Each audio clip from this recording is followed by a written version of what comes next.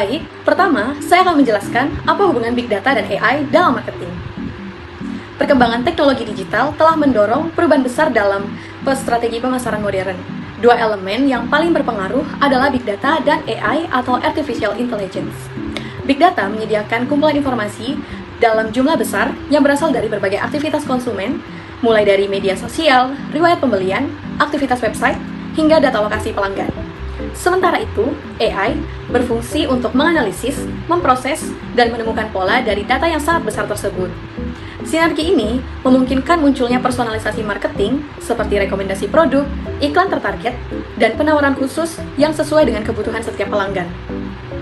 Istilahnya, Big Data merupakan bahan bakar, sedangkan AI adalah mesin pengolahnya. Hubungan Big Data dan AI dalam dunia marketing bersifat saling melengkapi. Big Data menjadi sumber informasi atau menyediakan informasi yang kaya atau luas, sementara AI mengolahnya menjadi wawasan yang dapat digunakan. Kombinasi keduanya memungkinkan munculnya strategi pemasaran yang lebih personal, efektif, dan efisien. Di tengah persaingan digital yang semakin ketat, perusahaan yang mampu memanfaatkan sinergi antara Big Data dan AI akan memiliki keunggulan signifikan dalam memahami pelanggan secara mendalam dan meningkatkan daya saing dalam pasar digital. Lalu, saya akan menjelaskan fenomena dari topik kelompok kami. Di sini, kami mengangkat fenomena tentang beragam manipulasi video figur publik promosikan obat nyeri sendi. Menurut artikel Kompas.com, pada tahun 2024, muncul banyak konten di media sosial yang menampilkan figur publik, termasuk mantan pejabat dan tokoh terkenal, yang dimana mereka seolah-olah mempromosikan obat nyeri sendi. Padahal, video tersebut sudah dimanipulasi lewat teknologi AI. Dalam video tersebut, suara atau gambar diedit agar terlihat lebih meyakinkan. Nah, fenomena ini menunjukkan bahwa meningkatnya penyalahgunaan AI dalam pemasaran produk kesehatan. Manipulasi ini memanfaatkan rekayasa video atau audio untuk membuat endorsement palsu. Nah, dengan manipulasi tersebut, publik bisa tertipu, yang dimana publik jadi percaya pada obat yang mungkin tidak efektif atau bahkan memberikan resiko pada kesehatan. Selanjutnya, saya akan membahas kaitan antara konsep Society 5.0 dengan fenomena yang terjadi. Dalam fenomena tersebut, digambarkan sisi gelap dari penerapan Big Data dan AI. Teknologi yang seharusnya digunakan untuk mempermudah kehidupan manusia, justru disalahgunakan untuk membuat konten atau pemasaran yang tidak etis. Dalam fenomena tersebut, AI disalahgunakan untuk membuat deepfake yang mencantumkan identitas figur publik tanpa izin. Ini dapat menipu konsumen dan merusak kepercayaan publik. Pada konteks pemasaran modern, perusahaan dapat memanfaatkan data besar dan AI untuk menargetkan audiens secara presisi, menawarkan produk berdasarkan kebiasaan, preferensi, dan demografi. Personalisasi dan segmentasi memungkinkan adanya kampanye iklan, sehingga promosi terasa lebih relevan dan persuasif bagi para konsumen maupun pelanggan. Namun, ketika digabungkan dengan kemampuan AI generatif, seperti yang sudah saya sebutkan tadi yaitu deepfake, maka perusahaan atau jaringan pemasaran yang nakal dan tidak bertanggung jawab bisa membuat konten yang tampak sangat autentik. Misalnya, seperti fenomena tersebut yaitu adalah endorse oleh figur publik. Meskipun sama sekali tidak ada persetujuan, ini melewati batas personalisasi. Bukan hanya menyesuaikan iklan dengan karakter pengguna, tetapi juga memanipulasi kepercayaan melalui impersonasi.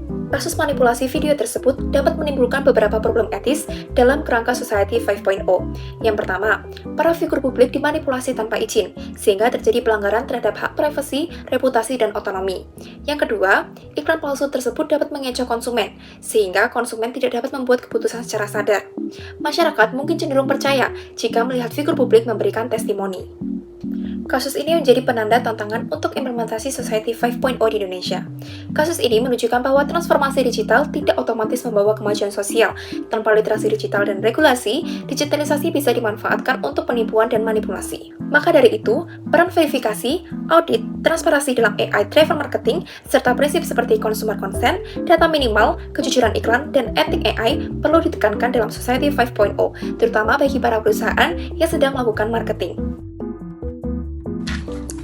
Sekarang, saya akan membahas tentang dampak fenomena tersebut terhadap bisnis. Ada model bisnis, strategi bisnis, sumber daya manusia, dan juga konsumen.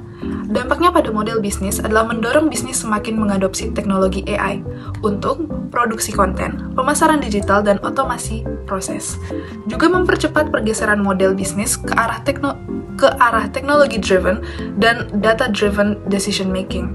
Juga menuntut integrasi sistem verifikasi konten dan keamanan identitas digital agar tidak disalahgunakan. Berikut dampaknya pada strategi bisnis. Perusahaan mulai menekan strategi pemasaran berbasis data atau big data marketing, personalisasi, dan algoritma rekomendasi. Juga kebutuhan untuk meningkatkan standar etika, transparansi, serta compliance agar promosi tidak menyesatkan.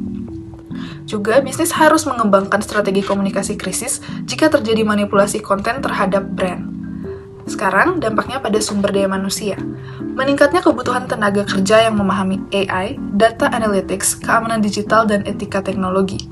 Perusahaan perlu melakukan pelatihan ulang atau reskilling dan peningkatan kemampuan digital atau upskilling. Berikutnya, dampaknya pada konsumen.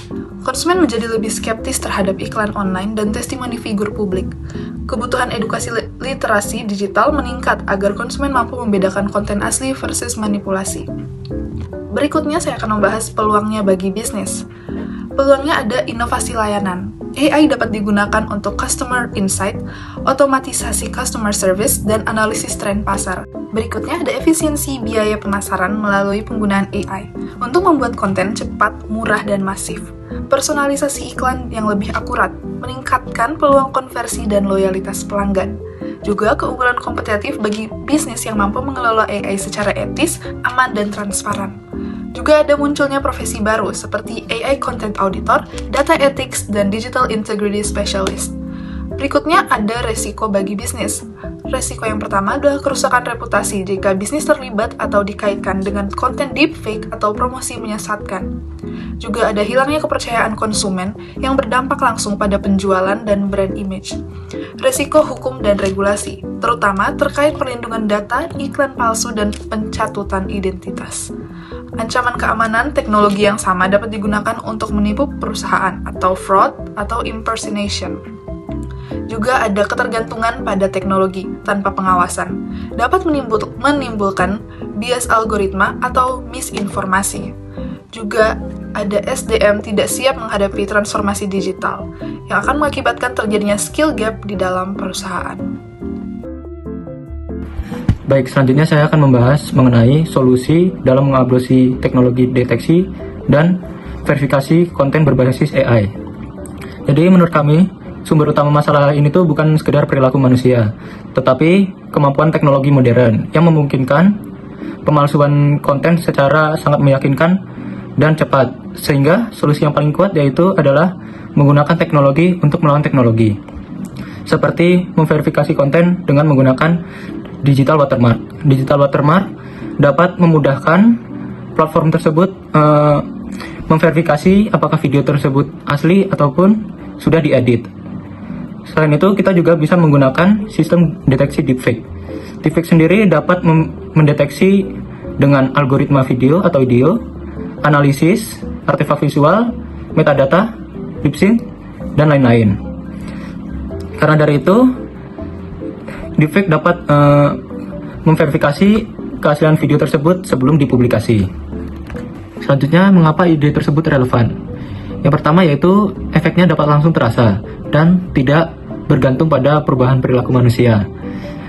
Karena konten-konten tersebut bisa dapat langsung diblokir, lalu pelaku juga dapat mudah dilacak. Lalu perusahaan lebih aman dari pencatutan dan konsumen dapat terlindungi sebelum tertipu. Yang kedua, AI dapat memverifikasi ribuan konten dalam hitungan detik. Karena video-video palsu tersebut biasanya dapat menyebar secara cepat, sehingga verifikasi manual tidak dapat melakukan secara massal.